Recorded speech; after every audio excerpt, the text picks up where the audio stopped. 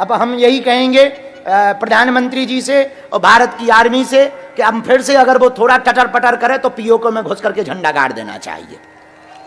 हाँ, यही मौका है, सही मौका है, अभी मौका है, क्योंकि अभी उगता हुआ भारत है, बढ़ता हुआ भारत है, 2025 का भारत है। ये वो भारत है घर में घुस करके मारता है, 9 जगह एक साथ हमले करता है, ऐसे बम गोला बारूद फेंकत कि पाकिस्तानी बेचारे सांस नहीं ले पाए।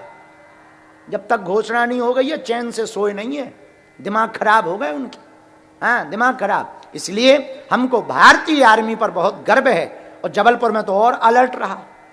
हमारा तो कार्यक्रम था, तो हमने सोचा कि अब अपोलो का हॉस्पिटल का वो है उद्घाटन कहीं ऐसा ना हो पाकिस्तान की लड़ाई छिड़ जाए, जिस दिन हम पहुंचे उसी दिन पाकिस्तान।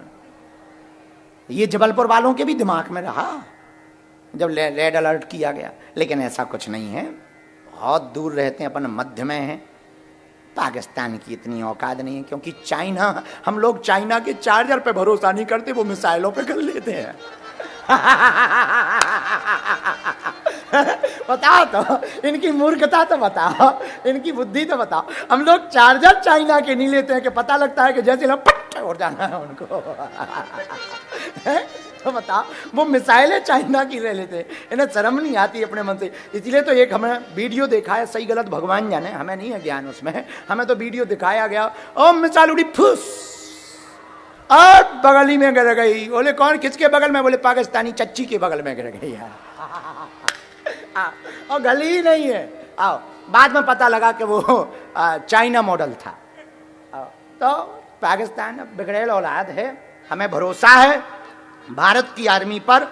इस बार अगर वो आंख दिखाए तो हम तो यही प्रार्थना करेंगे, पीओके को ले लेना चाहिए। समय बहुत बढ़िया है, क्योंकि ऐसा मौका बार बार मिलना नहीं है। और एक बार पुनः आप लोग भी धन्यवाद दो, हम भी भारतीय आर्मी को खूब खूब धन्यवाद बागेश्वर धाम की स्पीड की ओर से दे रहे हैं। आप सब अपना ध्यान रखो। हम 4-5 दिन जबलपुर वालों को कई बार नींद नहीं आई, जब अभी पाकिस्तान की ठटरी बढ़ रही थी। और क्या गजब का भारत, 1971 का भारत थोड़ी है, ये तो 2025 का भारत है। 300 किलोमीटर अंदर घुस करके मारता है। और हमें मजा तो तब आया जब सरकार ने कहा कि 24 घंटा के अंदर जितने पाकिस्तानी नागरिक हैं वो देश छोड़ दें। इतनी बेगमें निकली।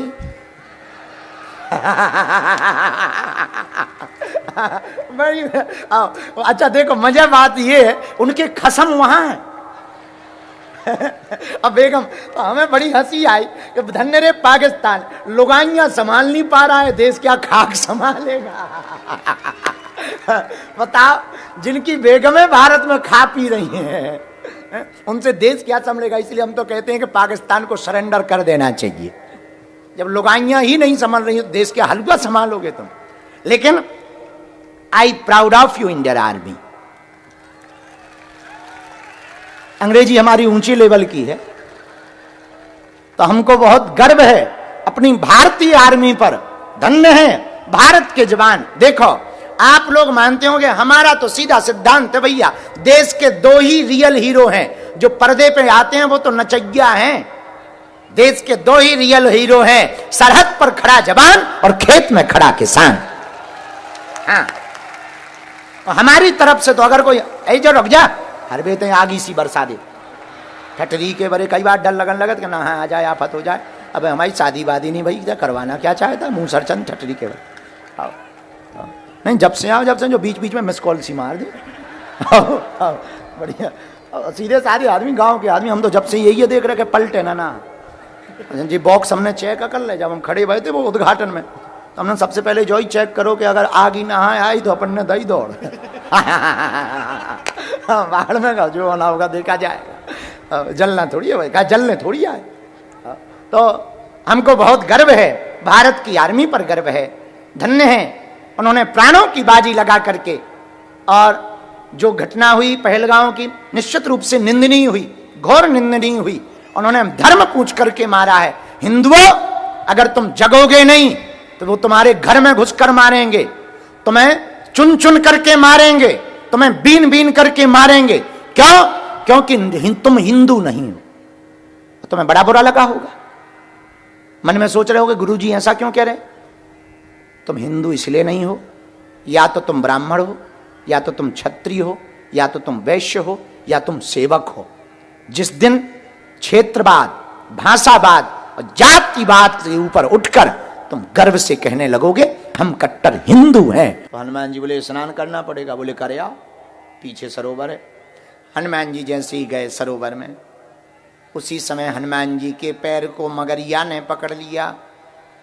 जैसे ही पैर को पकड़ा सो एक लात मारी, मगरिया से एक दिव्य स्त्री प्रकट हो गई।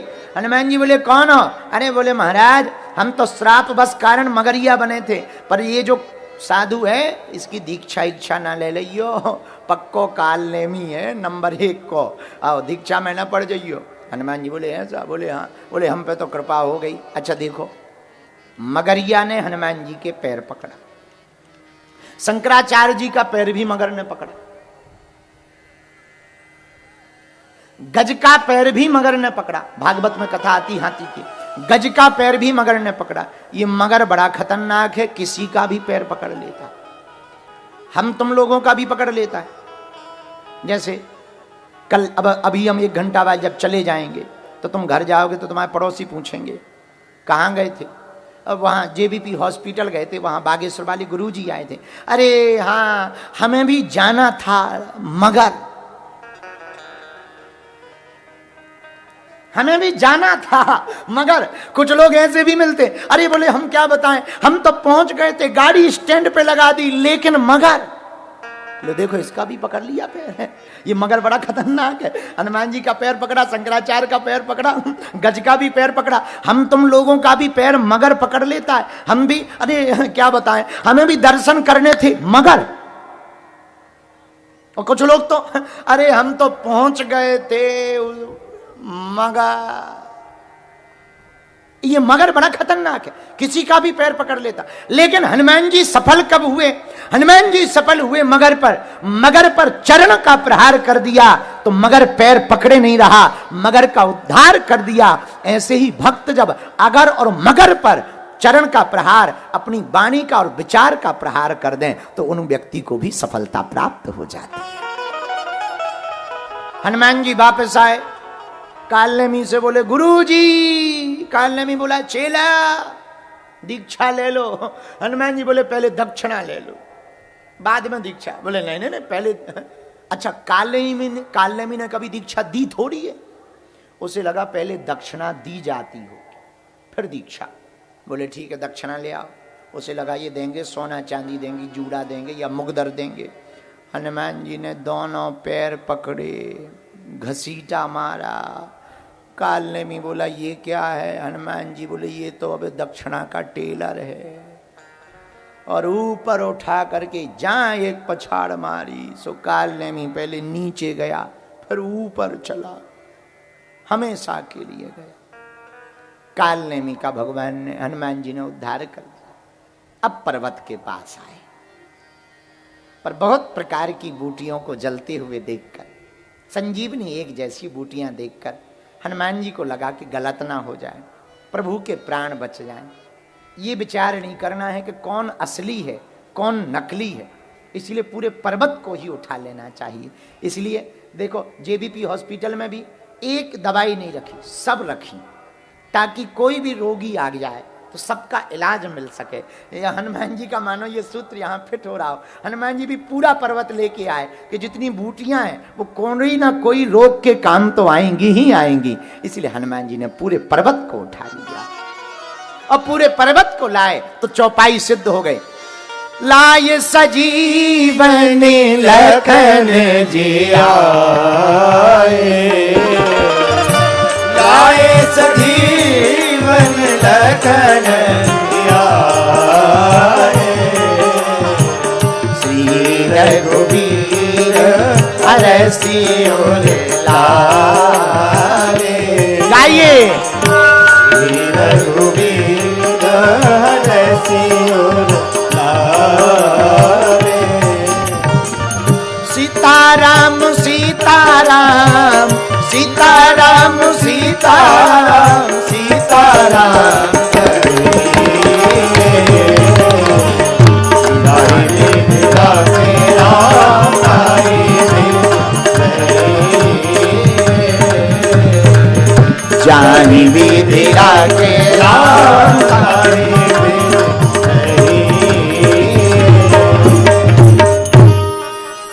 लाए संजीवनी लखन जी आए, श्री रघुवीर हरषि उर लावे। संजीवनी बूटी ला करके हनुमान जी ने लक्ष्मण जी के प्राण बचाए। मेरे पागलों, मानो हनुमान जी पूरी दुनिया को संकेत देना चाहते हैं, जो दवा से ठीक हो उन्हें दवा देनी चाहिए, जो कृपा से ठीक हो उन्हें राम नाम का मंत्र दे देना चाहिए। है? जो कृपा से ठीक हो उन्हें कृपा की, लेकिन दोनों की जरूरत है, केवल दवा भर की नहीं, कृपा की भी जरूरत है। इसीलिए हमें लगता है कि सौरभ जी ने बड़ी बुद्धि का काम किया, हॉस्पिटल बनाया पर प्रारंभ कथा से करवाया। इससे परिणाम क्या हुआ? हनुमान जी की कृपा के लिए आज हम जब जा रहे थे तो हमें बताया, बोले गुरुजी यहां पर हनुमान जी का मंदिर भी बनाया जाएगा। तो लो बढ़िया हो गया, कृपा भी और दवा भी, दोनों की व्यवस्था हो सके। तो जिन्हें कृपा से ठीक होना है, कई बार डॉक्टर ही कह देता है अब तो वे ही बचा सका, प्रार्थना करो, प्रार्थना से ही बच सकते हो, और प्रार्थना में ताकत होती है। कौन कहता है आसमान में सुराग नहीं हो सकता, कोई तबीयत से पत्थर उछाल कर तो देखे, है? उसी प्रकार कोई प्रार्थना करे और प्रार्थना विफल हो जाए, ऐसा तो संभव नहीं है। अगर कोई दिल से प्रार्थना करे तो भगवान को कृपा करनी ही पड़ती। और हनुमान जी का मंदिर बनेगा तो हनुमान जी को तो वैसे ही आशीर्वाद है, उनके लिए लिखा नासे रोग, नासे रोग हरे सब पीरा,